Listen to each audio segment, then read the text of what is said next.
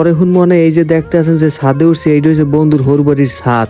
বন্ধু আমার ছাদে কামটা কি হল আমি এই চিনতেই বাসি না। বন্ধুর হাওড়ি মগো মা ওই হে ছাদ পুরো বাগান বানাই হেলাইছে। মা ওই ছাদে এমন কোন ফল গাছ নাই যে নাই, পেয়ারা গাছ, আম গাছ, জাম গাছ, কাঁড়াল গাছ, লেচু গাছ, এমন কোন গাছ নাই যে মা ওই বাধ্যই নাই। খেজুর গাছটা পর্যন্ত মা ওই বাধ্যই নাই, হেটাও লাগাইছে ছাদের উপরে। জামাই বলে কইছে আম্মা একটু খেজুর খামু, কইতে দেরি শাশুড়ি বলে খেজুর সহ গাছ লাগাইছে। জিগাইলাম খেজুর গাছটা কুমির দিয়ে আনছে, কয় ডুবাই দিয়ে আনছে। বেটা তোরও কপাল আর মোরও কপাল, আয় তোর কপালটা দে মুই একটা গসা দি তোর কপালের লগে। আবার বলে একদিন কইছে আম্মা আমি একটু কবুতরের ফেরাই খামু, কইতে দেরি শাশুড়ি বলে 50 জোড়া কবুতর নিয়ে ছাদেই পালা শুরু করে দিয়েছে। বন্ধুরে কইলাম বন্ধু এও কি সম্ভব? বন্ধুকে এটা কোনো বিষয় না, এত হবাই শুরু। কইলাম বন্ধু মাইয়াটা পড়াইলি কেমনে? কয় বন্ধু আর কইস না, যখন ঢাকা আইছি তখন মনে কর রাস্তায় ঘুরছি একটা চাকরির লইগিয়া। রাস্তায় ঘুরতে ঘুরতে হঠাৎ করে শাশুড়ির গাড়ির সামনে যাই ঠাস করে পড়ছি। বন্ধু আর কইস না, পড়তে দেরি সাথে সাথে মোরে গাড়ির মধ্যে উঠে